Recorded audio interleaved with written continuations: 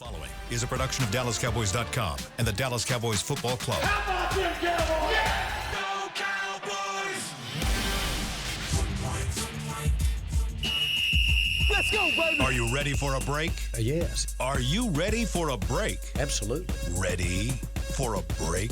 Yeah, and so much for that. It's time for The Break on DallasCowboys.com. We were on the break! With Ambar Garcia, Bryan Broaddus, Nick Harris, and Derek Eagleton. It is Wednesday, April 2nd, 2025, season 21, episode number 4. Welcome to the latest edition of The Break. We're live from the SWBC Mortgage Studios at the Star, and we are presented by LG. LG is the world's #1 OLED TV brand for 11 years and counting. See why at lg.com/OLED Evo. We've got everybody here today except for Nick. He is at the owners meeting. He'll be traveling back today, so he'll be back with us next week. But for right now, I got my other two co-hosts, Amber and Bryan, and we'll take this time to bring you the very best in Cowboys news, notes, and analysis during this next 45 minutes. Today, we're going to start with some rule changes. NFL had their owners meetings. There were quite a few rules changes, and I want to run through them with you guys and get your opinions on them. Some of the different rules changes that were proposed were tabled. I want to get your opinions on those as well. And then we'll get back into some of our position analysis, our position breakdown that we started last week. Today we're going to focus in on safety and wide receiver. Both those two, I think, are pretty interesting and have some interesting things for the Cowboys from the standpoint of where they are and where they need to be when the season begins.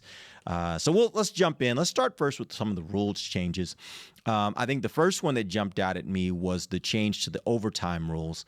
As it stands, basically, I think the original rule, the rule that they've been playing by before, they had one rule for the regular season, one rule for the postseason. They've now basically said we're going to make the one that we use in the postseason the regular season rule with one modification. So essentially, both teams will get a possession in overtime. They'll be guaranteed a possession in overtime.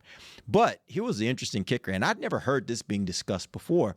It sounds like they're going to reduce the overtime from 15 minutes down to 10 minutes. Yes. Which I think is pretty significant when you start thinking about it from the standpoint of if you hit that 10-minute mark and there still is a tie, you now have a tie on your record. How do you like it or dislike this new rule?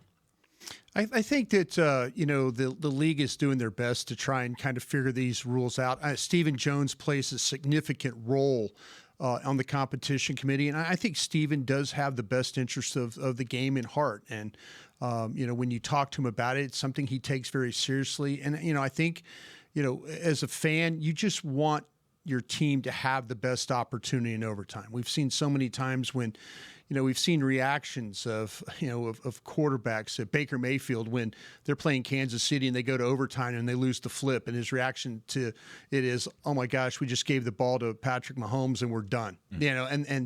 And that's a reaction we have as fans, like, okay, we're done. The fact that they're going to the playoff rules, I think is a good measure. If you have ties, the things that are always interesting about ties, guys, is that at the end of the year, sometimes they play into factor of deciding playoff spots and maybe keeping a team eligible or knocking a team out. So, there was a time way before you guys were born when I was watching football that ties were part of the game. So, yeah, it's but the fact that each team gets a possession and, but there may be some, think about this also, too. You score, but you take all the clock and you really don't give the other team an opportunity. That's something that could be really, really a painful thing for a lot of fans to have to deal with if you're on the short end of that.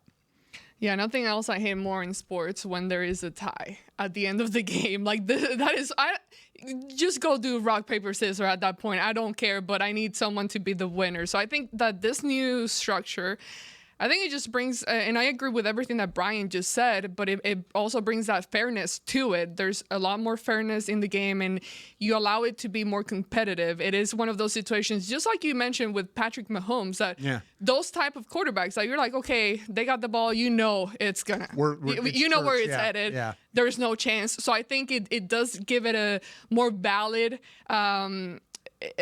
right to whoever ends up. It's just a lot more fair in that sense. Also, with the time being lower, I feel like typically it doesn't take that long for you to determine who wins that game when it goes into overtime, but also it doesn't drag it along that much either, because when you get to that point and going into overtime, it's fourth quarter.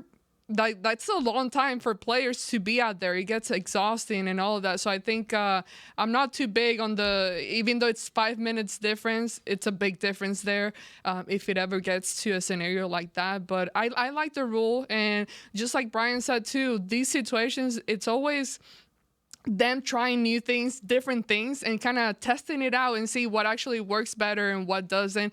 And always keeping in mind, 1, the fairness of the game, and 2, the health of the players when they're playing out there. Yeah, I'll be interested to see if this ends up leading to more ties because of the reduction in time. Yeah. Like you said, Bryan, there's a chance that a team could take pretty much the entire overtime period. You can get a drive that's a good 8-9 minutes, and then you leave the other team with very little time to be able to go down and score, especially if you can end that with a touchdown.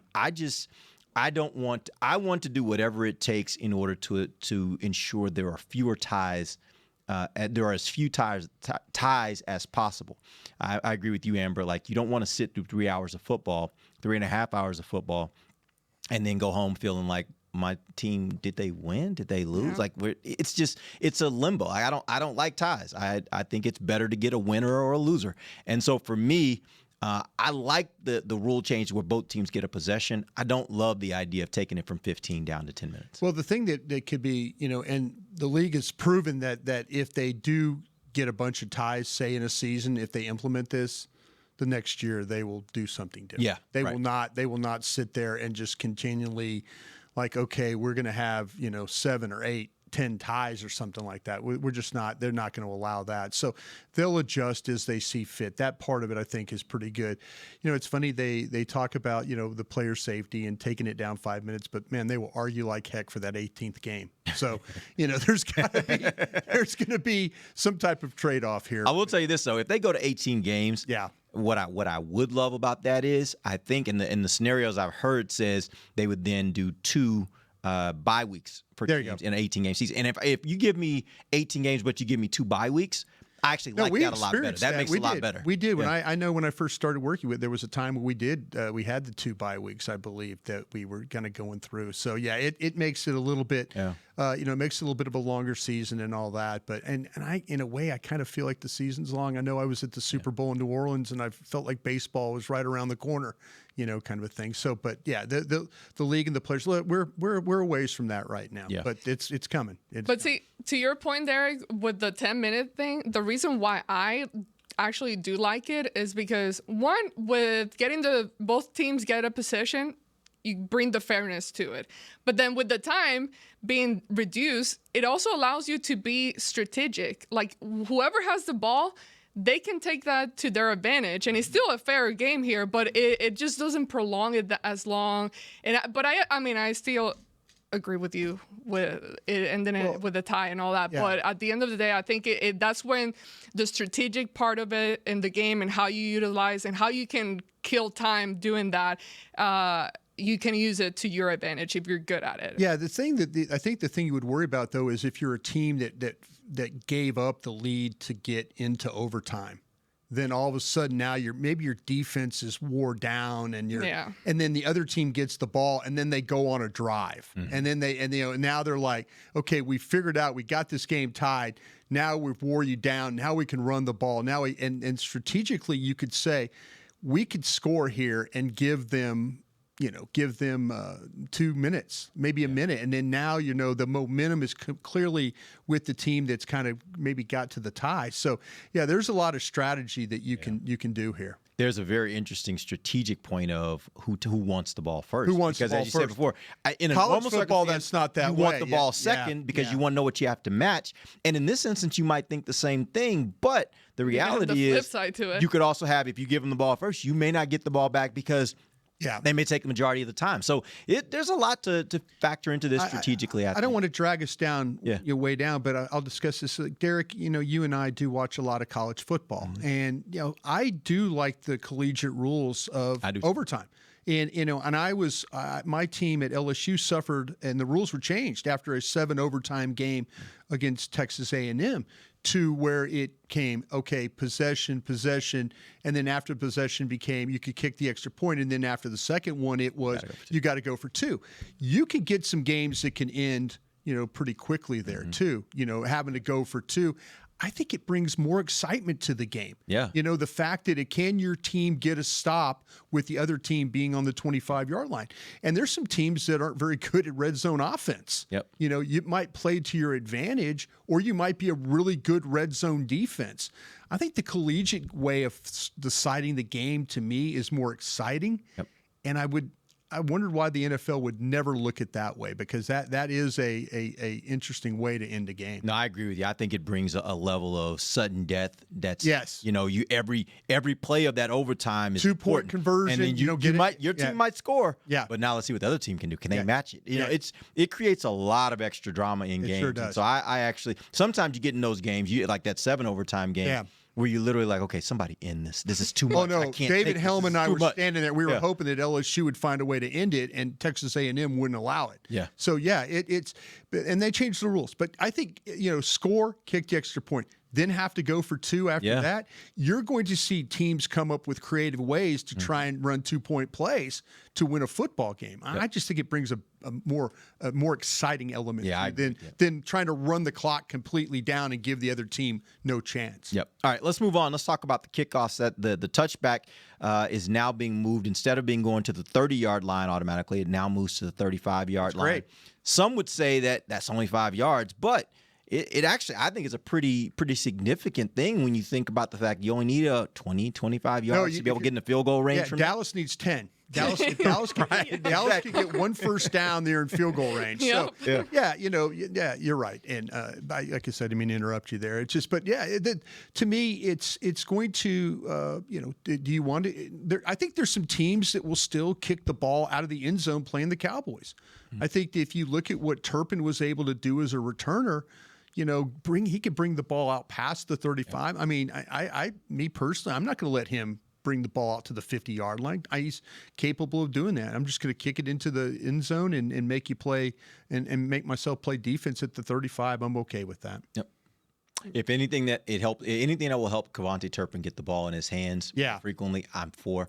I agree with you. I think teams might still opt for teams that have a player like Kevontae Turpin. They maybe say, hey, we'll take 35. We'll take the 35. Now, the killer, as you mentioned, the big deal is you also have a kicker who can kick from long range. That's what makes it very interesting dynamic for the Cowboys that maybe other teams don't have, is the range of a kicker combined with a really great kick returner. That will make it a bit more of a challenging decision for opponents.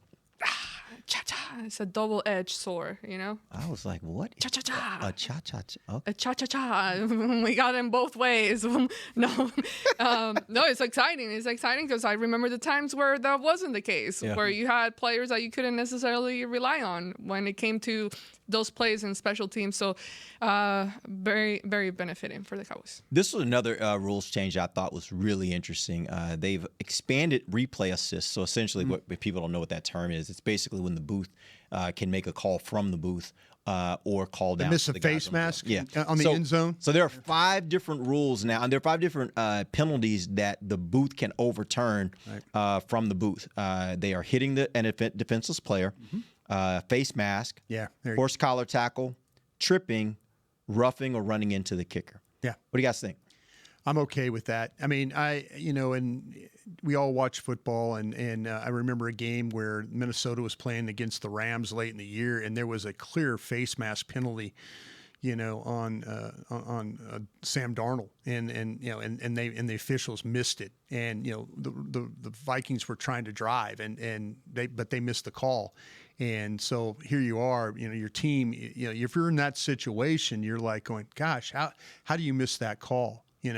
I always, the roughing the kicker and the running into the kicker one, I don't quite know. I guess if you just completely destroy the punter, it's or it's roughing, and if you just kind of run into him, I guess, because there's sometimes it's called one way or another. I think I need some help there. Yeah, I think sometimes some officials are just they're adamant, like, no, that's running into. That's actually roughing. Last week I watched the game, that was roughing. So yeah, anything to do with that kind of help, I think makes the game better. One thing to note there, Bryan, in that scenario, they actually wouldn't have reversed it. The new rule, as I read it, says that they won't make a call from the booth. They can only correct a call. So let's say, for example, in that instance, if there was a face mask that was not called, the booth won't call it for them. What they will do, though, is if there is a face mask cause and they didn't really really didn't get the face mask, now the booth can call down and say it's not. And to be honest with you, so they changed the bad call. Is what they're trying to do. They'll change a bad call. They won't make a call for you. That I was under the impression that you could, if there was a call that, like, listen, you guys clearly blatantly missed the call here. So I think that's better, Bryan. I actually agree with you. I think they should do that. I do think that becomes a bit of a challenge because you know the old adage, Bryan. You used to be an offensive lineman. You know that there's a penalty probably on every play. So if you have somebody in the booth who's just literally making a call every time they see it, the game would slow down to a crawl. Also, we're dynamic there when it comes to the referees, like down there on the field, and then all of a sudden you got somebody saying, "Hey, you missed this one," and then you gotta. It's very difficult to make it be seamless and not. Well, mess up the game flow. Amber, I think that the officials nowadays have gotten better in a way of understanding that there's replay that will back them up. Yep. Like, we've seen quarterbacks get hit in the pocket and the ball, like, clearly ball in hand, flying forward. And the next thing you know, that should be an incomplete pass. And now beanbags are flying in as they're calling it a fumble. Yep. And I think let it play out. They let it play out. The officials are like, listen, we're going to call it a fumble until somebody upstairs tells us ball in hand, it was forward motion. Mm-hmm. So, there's a lot of those calls where you're like, that's not a fumble. But the officials are like, hey, I know I have replay backing me up, that if I make this call and it's wrong, it's going to change and we're going to move on.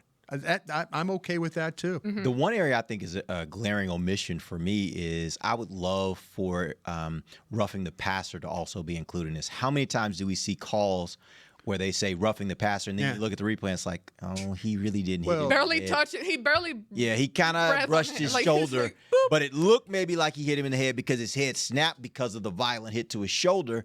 I just think those are situations where I would love, because it's so punitive, I would love for those to be plays that they could overturn from the booth. The roughing the passer penalty that's the most that I understand the most is when you go low on a quarterback. If you go into the knee area and stuff and try and those are the ones I understand.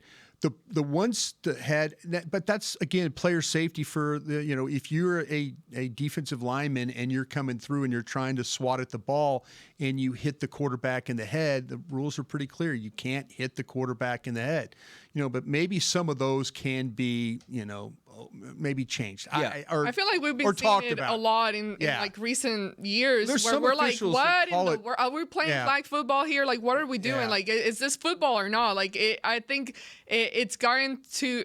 I can't recall what game specifically, but I know there have been quite a few that we've seen. And you're like, this is getting out of control. Like, this is ridiculous. With some of those calls that are being called, like for a guy, for example, Micah, and the way that they're rushing and getting those sacks. So I think I agree with you, Derek. I mean, hopefully, eventually in the future, that's something that can continue to improve. Yeah, this is another one where, Bryan, I think the college game may have it a little better with the targeting call, for instance. Right. I don't love the idea of getting a player kicked out. Getting him kicked out until the next, like for 4 quarters. I don't love that. Yeah. But I do think the idea of if you're going to do something so punitive, at least allow it to be reviewed and by somebody on camera to say, yes, this definitely was roughing the passer. This definitely was targeting. Or if it's not, because we've seen that also happen where you go and you look at it and you're like, that really wasn't targeting. And so they'll overturn it. The player's fine. I think you should do the same thing with something like roughing the passer. See, for years, being around you guys for years, and again, I don't watch much college football whatsoever. You guys do. But here's where I'm always confused. You guys always bring college football and the way that it's managed and handled. why is it so different than NFL? Like if they see things are being successful in college, why not apply it into the NFL? It's television. It's a 3-hour game as opposed to a 4-hour game. That's it. To me, there's a lot of the college rules that would apply to the NFL. They have a specific window of how they stagger games and stuff like that. And I don't think the NFL wants games going 4 hours. I really, really don't. So that's why I think there's a lot of things there that say, okay, we have to keep our game within that 12 to 3. And then the next one is 3 to 6. And then the next one is 2. And I think that's why a lot of some of these rules and these rule changes aren't always the same. I just don't think that the NFL wants a 4-hour or 5-hour game on Sunday. And I think that's why they don't do some of the things that they do. And let's be clear, like it's just two completely different bodies running them with different interests and different things they're considering. And so it's not going to ever be a situation where the NFL is like, okay, well, let's look at the college game and see how we can get closer. Or the college game's going to look at and say, let's look at the NFL game, see how we can get closer. They exist as two different bodies. So they're two different leagues, two different bodies. And so they're always going to operate separately, which means their rules are going to evolve in different ways. And sometimes you will see a rule happen in one that precipitates a rule in the other. Like I think targeting became an issue after the NFL started talking about player safety from the standpoint of hitting defenseless receivers, hitting quarterbacks late. And then the college response to that was targeting. We're going to protect players from this particular action. And as a result, these will be the punitive rules. So they were trying to do the same things. They just did it in different ways, right? Yeah. The penalties were different in college versus in the NFL. As we kind of wrap this up, though, I kind of feel like, though, that to me, the one rule I'd like to see change that the colleges do and the NFL maybe adopt is pass interference. That is, and you use the word punitive, that is one of the most punitive penalties that you could ever endure, either for you or against you. Mainly against you. If, 44, 45, 50-yard penalties for pass interference. To me, the rules really do favor offensive football. You have to give the defense something as far as rules go. And to me, a 15-yard penalty is significant. Is sufficient for my take, because, like I say, pass interference is just, sometimes it's called correctly, sometimes it's called incorrectly. You get a 44-yard penalty against you that's been called incorrectly. That is big. That is big. I'd like to see the NFL adopt that. I don't think they ever will. All right, we're going to take our first break. We're going to come back. We're going to talk safeties. A lot to talk about there. We'll be back. DallasCowboys.com radio. Todd thought it would be secure to jog in the cheetah savanna. Todd believed the big cat repellent he bought online was reliable. And now, Todd is trying to be faster than this cheetah that can run 80 miles per hour. But the good news is, Todd has AT&T 5G that is fast, reliable, and secure. And he learned the best thing to do is stop running and toss her the backpack with the beef stew. AT&T 5G. Fast, reliable, secure. 5G requires compatible plan and device. 5G may not be available in your area. See att.com/5G for you for details. It's the official men's skincare brand of the Dallas Cowboys, Jack Black. And right now, Cowboys fans can get 15% off their $75 order. Plus, because every deal needs a playmaker, your order will include a free 5-piece skincare set and free shipping. The Jack Black Playmaker is 4 of Jack's favorites and a full-sized intense therapy lip balm. Make a play for the playmaker at getjackblack.com/Cowboys with the code CowboysVIP. That's getjackblack.com/Cowboys with the code CowboysVIP. Don't put off getting your oil changed, Dallas. Take 5 Oil Change, a proud partner of the Cowboys, is faster than you think. They're so fast, you don't even have to get out of your car. You can take advantage of Take 5's stay-in-your-car 10-minute oil change at any of their locations across the Dallas area. And remember, at Take 5, you stay in your car because they're faster than you think. That means you won't even have time to show off your best touchdown celebration. Take 5, the official oil change of the Dallas Cowboys. From the field to the festivities, Lucchese embodies the essence of luxury and tradition. Handcrafted with meticulous precision, each pair offers unmatched comfort and style.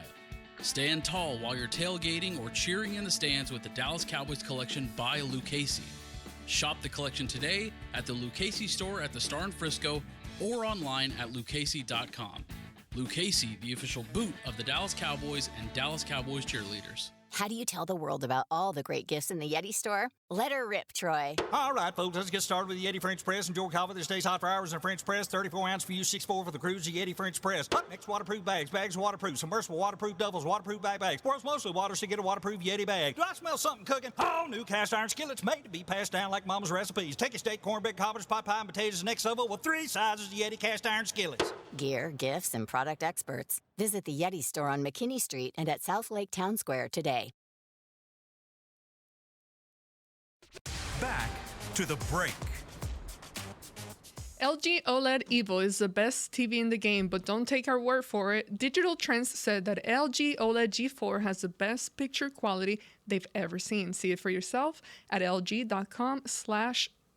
Evo. Welcome back. It is the second segment of the break. We're live from the SWBC Mortgage Studios at the Star. The segment's brought to you by blockchain.com. All right, let's talk safeties.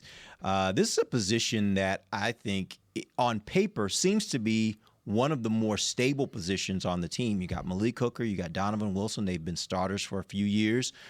They are both back. They're both under contract. Neither one is, as we know, holding out or anything. So it seems like it's a very stable position. But that being said, they have some young guys, Wanye Thomas, Marquise Bell, Israel Amakwamu. Do you think that this is a position that really is that I should say it like this, is that a good thing, or does Dallas really need to do more at this position than just rely on Malik Hooker and Donovan Wilson? Yeah, Derek, I think the fact that that I know I've heard, from 30 visits potentially for the Cowboys with Makuba from the University of Texas, safety, very outstanding. I love him. Outstanding safety, 6 foot, 186 pounds. He can cover. He tackles. He gets his hands on the football. Playmaker, yeah. Playmaker. This guy, Texas has got a very good secondary. And, with Barron and Makuba and Muhammad, they've got some guys that can absolutely play. Tapp even was pretty good. Yeah. And so to me, this is one of those things that the Cowboys were talking about it as, we seem to be okay here. Everything's fine. No, they really, if they could upgrade Hooker and they could upgrade Wilson and with a guy like Makuba, absolutely. This is where I think now. How early would you have to do this? 44. I think Makuba is one of the best safeties. Second round guy in the draft. Absolutely, you would have to hit him in the second round if you're interested in doing this, and they might absolutely consider that because of all the things I just talked about. Find me a guy. Can you say with certainty? Yeah, Hooker really covers. Wilson really covers. Boy, they tackle really, really well. Boy, they get their hands on a lot of balls. That's all very much up for debate. Yeah. So no, I think that it's, if you want to ask me a position that people aren't talking about near enough for this football team, safety. That's one as far as drafting goes. Yes, I think they're open to that, and the fact that they've identified Makuba as one of those guys, I think that's a step in the right direction. Honestly, I think I would be okay with and I agree with Bryan. You definitely need, if you can, upgrade the position for sure. But I would be okay with the group of guys that Derek mentioned and listed if I felt a lot better about the cornerback position. I feel that the corners right now,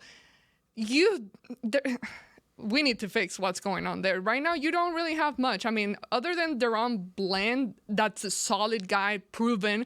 You got Trevon Diggs that's coming back from the injury. There's still a lot of question marks surrounding him. And everybody else, aside from those two, Carson, you still don't know how well can they, turn out to be. Does Elam factor in that, though? Does Elam factor in that for you at all? Yeah, I think that, to me, if Matt Eberflus is going to play a lot of press coverage, man up, and play, that's where Elam really, that's his strength. Mm-hmm. You ask him to play zone or off coverage, but I agree with Ambar. There are so many questions at corner, and I think Elam addresses the spot of a size guy with physicality that can play up, that can play that press. If you're going to play a lot of zone, man, Ambar's right. You better go get you some corners. You don't know with Diggs. We're seeing clips of Diggs working and all that. That's super positive. That he can, that he wants to get back on the field as quickly as possible. But man, there's reasons why that teams or people have talked about Dallas at a corner at 12. Will Johnson from Michigan, 6'2", 206 pounds. I mean, there are some conversations about these guys, and this is a very deep draft when it comes to corners, whether you want to get a guy with size or you want to get a guy that's a nickel player. So Dallas is absolutely, I believe, in the market for looking, just what Ambar said. Hey, this you're really down to it. You would feel a lot better if Carson had played better last year. But the learning curve, the injuries, all those problems, he just didn't get that. Hopefully this offseason will be good for him. But we've heard this before. We've done it with the wide receivers. Oh, we want these wide receivers. Oh, they're going to make a jump and all that. You say that, and then they get in the season, and they really don't make that jump. So she's absolutely right about. Well, and then with Elam, I mean, we talked about the experience that he has and all that, but again, it's still, you haven't seen it here yet. So there's still question marks around that and how this new system, like how everything's going to start coming together and clicking.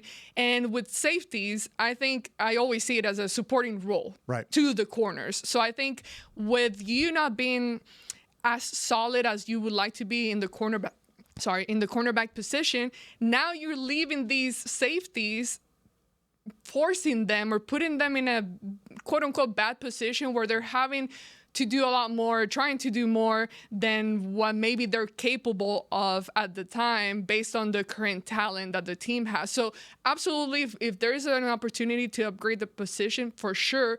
But if you upgrade cornerback and get that group really solid where you feel good about it, I think I would feel a lot better about the current guys on the roster when it comes to the safeties. Okay, we weren't supposed to talk about cornerbacks yet. Oh, they kind of go. But what we're going to do is we're just going to shift because that's what Amber brought us, and that's what we're going to do. So that being said, here's my question on cornerback.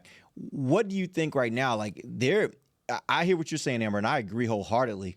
The bigger concern for me right now is who is your day one slot? Because, you could possibly move Bland in. You just create one problem. You just basically take a problem from one place and put it in another. But who is the slot? Who's the guy that's going to be your third cornerback at this point? I don't even know if they have a real option right now for that person. What do you guys think about that? And does that necessitate really that the Cowboys have to maybe look at at least the first two picks to find a corner because they're going to need him to play this year? Oh yeah, there's the options at 12 and 44 are clearly there, and depending on, and we'll see what Will Johnson, I mentioned him before at Michigan, what he's going to run. There's several corners that have first round ability that are on that board, but the problem is some of them are coming off injury. Reville from East Carolina might be the best corner in the draft, but he hurt his knee, to start the season, missed the entire year. Morrison from Notre Dame has a hip problem, but fine player in his own right, probably a first-round player. Could one of these guys show up at 44 for the Cowboys? There's people that sometimes these corners will fall through the draft if they're banged up a little bit, and Reville could be a guy. Boy, that would be just a huge steal for the Cowboys if all of a sudden, say they were to take a receiver at 12 and then all of a sudden one of those corners are there at 44. Boy, that would be just you couldn't ask for a better gift from the draft gods if that was the case. But yeah, to your point, Derek, there's going to be guys that are going to be able to fill the nickel role that maybe you can grab in the third round. Parrish from Kansas State is an example of that. Muhammad from Oregon, a guy. These are shorter guys. These are 5'10", 5'9" guys, but extremely quick, but able to kind of cover all that ground.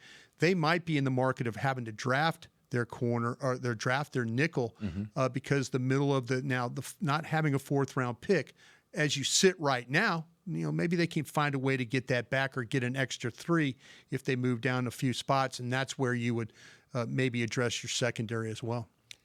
Let me shift the conversation just a tiny bit more. You want to talk about guards? You want to talk about guards? It's still about the corners. No, it's still about the corners. But I wanted to pose a different question to you guys and take it a step further. They don't have starters right now, Derek. With Trevon, we know he got injured last season, but during the time that he played, what would be your final assessment of how he was playing last year when he was healthy on the field? Good question, Amber. You know what? Well, you guys will answer it after the break. We're going to take a break. We'll come back. We'll let Amber run the rest of the show. We'll be back. DallasCowboys.com radio. If you can't be at the stadium, there's no better way to watch your Cowboys than on an LG OLED Evo TV. That's because everything you see is more lifelike. Every play, every hit. I mean, you might as well be on the sidelines. That's how clear it is. It's all thanks to LG's legendary technology. Perfect black, over 8.3 million self-lit pixels. No one comes close. LG OLED Evo is the best TV in the game for a reason. See for yourself at lg.com/OLED Evo. They say champions are remembered, but legends are never forgotten. United Ag and Turf offers a winning lineup of John Deere equipment built to tackle any challenge on and off the field. Legendary John Deere tractors, combines, residential mowers, commercial mowers, compact construction equipment, Gator utility vehicles, and a full line of golf and sports turf equipment. United Ag and Turf, the official Ag and Turf equipment supplier of the Dallas Cowboys. Visit UnitedAgAndTurf.com to find a location near you. If you shout, "How about them Cowboys?" you have that undeniable passion that's the heart of Cowboys Nation. And if you like to drink Dr. Pepper, you love the unique blend of its 23 flavors. Together, your one-of-a-kind fandom paired with the one-of-a-kind taste of a delicious ice-cold Dr. Pepper is the game day lineup that can't be beat. Better yet, gather your Cowboys and Dr. Pepper fan friends to watch the next game and crack open a delicious ice-cold Dr. Pepper for everyone. The wins will be even tastier. It's a Pepper thing. And we're going to overtime. Erica, how much have I spent on concessions? For questions about their money, Dallas Cowboys fans can turn to Erica, the virtual financial assistant in the Bank of America mobile banking app. Learn more at bankofamerica.com/Erica by your side. Bank of America, official bank of the Dallas Cowboys. Erica responses may vary. Digital tools featured require downloading the mobile banking app and may only be available on select mobile devices. Erica is a mobile feature only available in the English language. Your chat may be recorded and monitored for quality assurance. Message and data rates and additional terms may apply. Bank of America, N.A., member FDIC. Todd thought it would be secure to jog in the cheetah savanna. Todd believed the big cat repellent he bought online was reliable. And now, Todd is trying to be faster than this cheetah that can run 80 miles per hour. But the good news is, Todd has AT&T 5G that is fast, reliable, and secure. And he learned the best thing to do is stop running and toss her the backpack with the beef stew. AT&T 5G. Fast, reliable, secure. 5G requires compatible plan and device. 5G may not be available in your area. See att.com/5G for you for details. Back to the break. AT&T connecting changes everything. Welcome back. Final segment of the break live from the SWBC Mortgage Studios at the Star. Amber, you had a question for us before the break? Throw it back out there. Well, you were asking about the slot, and we talked about the need there, but I wanted to pose the other question in regards to Trevon Diggs. And what was your final assessment of him and the way that he was playing last year when he was healthy on the field? You got a thought on that one, boss? I know I heard a lot of people giving him a lot of criticism. I don't know that I necessarily feel like it was always warranted. Now, that's the thing about cornerback. You're not going to be perfect. Like every cornerback is going to have moments. We did see him in some moments last season where he got beat, but that's also a part of being a cornerback. My question is more around, like, did we see the kind of game-changing plays that we had seen in earlier years of his career? And I don't think we saw those as much now. Could that be because teams weren't throwing at him as much? I don't know. But that would be more what I would question is when it came down to those game-changing plays. I don't think those were there as much as they'd been in the past. And I'm interested to see if that was just a function of how teams were playing against him, the level of competition against him, or just his ability to actually make those plays. Yeah, I think to me there was far too many of these plays where you saw receptions. You know, you saw you're kind of. I think he gave up 33 of them. I think last year when he was playing, and you're like, why is he not up? Why is he not more connected? Why is he not? And we've seen him at times be. He's one of those guys that tends to play on feel. You know, he can run with guys. He can stay in position. We've seen him before. He's very much, when it comes to putting himself into position to make plays, he can do that. A lot of his interceptions are him putting himself, or maybe the ball just kind of comes to him, but that's part of putting yourself in position. I think there were too many times last year where you're watching him en route, and you felt he was really disconnected. That it was the catch and now he's driving, the catch and now he's driving, and in times past where we've seen him play really, really tight, drive on a ball, knock a ball down, it might have had to do with his knee. It might have had to do with some confidence or lack of confidence that he could really explode and go make a play or go run with the guy inside. But there were just far too many snaps last year where he just played disconnected. And, that's something I think that was the biggest concern for me. And I can't remember the games, but it seems like there were like at least 2 or 3 times last year when he was in position, the ball came and it hit his hands and hit the ground.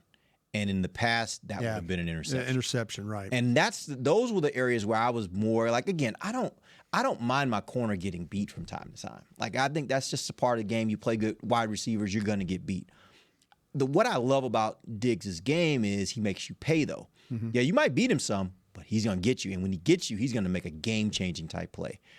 So in order for him to have that style of game and be as valuable as he has been to this team, that means he's going to have to make those big plays going the other way. So when he gets those opportunities and the ball gets there and he's there and his hands are there, he's got to come away with the ball. And that's where I was a little bit like, that's not like Diggs. That's not like him. He makes that play usually. He plays cornerback like a receiver. And so those are the things I think that stick out to me more last year than even the times when he got beat. Yeah, I think some of the things that came up too were the missed tackles. That was something when the ball would spill. And there's times when he would be physical and step up. But, if you go and look at the metrics, he was credited with 12 missed tackles last year. And that's my concern. Like, when you talk about his game, one of the biggest criticisms towards him is his lack of physicality when it comes to tackling. And that, is he just afraid of tackling? And now that he got paid and all that? Well, that's a question mark for me, because even last year, when you look at his game, I think it's safe to say that it took a decline. Like, his game declined from what it was prior to that. And after him getting injured, now you add the injury part to it, and now it becomes even more concerning with him coming back. What is the level that he's going to come back to and how that's going to look like? And so it's just an extra added element to the lack of, let's say, who's going to play at the slot position there. And it's just lots of question mark. The only guy that I feel very secure is Deron Bland right now. I mean, I think here's the thing. I want to see how tenacious Trayvon is in coming back from the injury. How much does he attack the rehab? How much does he really kind of get out there and push it to get him? Because I have no doubt in Trayvon's ability. He's shown us the level of capability that he has, and I don't, that yes, you can talk about the plays that from a tackling standpoint where maybe it wasn't great. Yeah. But at the end of the day, what I know about the guy is when he's playing at his top level, he can be one of the best cornerbacks in the National Football League. So my question is just, if whatever we saw last year was remnants of the knee from the year before or whatever it was, can he attack this rehab in a way to where he gets himself ready, and the next time he's on the field, he is mentally and physically at top notch, best version of Trayvon Diggs? Then I think he can be, again, one of the best cornerbacks in the league. And so that's what I'll be looking for. I know he's capable. It's just a question of whether it ends up being that once he's back on the field. Yeah. All right, let's move on. Let's talk a little bit more. Actually, we only got a couple minutes here. Real quick before we end, I did have a question back on the topic of safeties. What are the chances that some of those younger guys like Thomas, Bell, or Mukwamu actually overtake Hooker or Wilson for starting jobs or even for more playing time? Yeah, it's always a possibility. I know visiting with Mike Zimmer last year before the season started, he was a fan of Hooker and he was a fan of Wilson, and that's why you saw those guys get the opportunities. Kind of a step back for Bell. We saw Bell. Bell was one of your leading tacklers the year before. Playing linebacker, playing out of position. You're kind of thinking, well, man, how can you keep a guy off the field that's tough? And Mike had his reasons for why he wanted to play Hooker and why he wanted to play Wilson, and so that's fine. But no longer here. Matt Eberflus's here, and we'll see. Hopefully that Bell and Thomas both get opportunity this year. And but the fact that they're talking to or the possibility of bringing guys in for 30 visits that are high quality safeties, tells me that Eberflus might be like, listen, we could upgrade a couple of different spots here. He might want to upgrade the starters, and the backups will get an opportunity. I think that there's some things about Bell that in coverage and toughness and all that, you can absolutely play him. And you could do the very same with Thomas. Thomas is a really good cover guy. So I think that I would put the starters of Hooker and Wilson in pencil right now. I would not put them in pen. I think that position is very much in flux right now. We'll see when we get to opening day, who exactly the starters are. I think they have some questions about that. Yeah, I totally agree with those two guys. Yeah, those would be right now the two at the top. But what's cool about this, as far as these guys and the opportunities, is that they have a legit chance of actually going out there, training camp, competing for a legit spot or even starting spot. So nothing is solidified right now. I think anyone in the list right now can fight for a spot and make their name known. And again, we'll see what happens during the draft and who else comes into the mix here. But anyone on the list right now has a good fighting chance. There's in this draft, though. As you follow the 3 days here on DallasCowboys.com, there are quality safeties and there are quality corners. If they want to address those positions, you should feel good about them getting one or two guys out of that group that can make a difference on your football team. All right, we appreciate you guys joining us. We will be back next Tuesday. We'll have more content for you guys. We'll be talking about wide receiver. I'm sorry, next Wednesday. Sorry, next Wednesday, and we'll talk about wide receiver and probably another position. We'll see if we have enough time for that. We'll see how it goes and see if Amber throws any other curveballs at us, changes up the rundown. We'll see. For Bryan Broaddus and Amber Garcia, I'm Derek Eagleton. This has been The Break, live on DallasCowboys.com radio. This has been a production of DallasCowboys.com and the Dallas Cowboys Football Club. How about this, Cowboys? Yeah!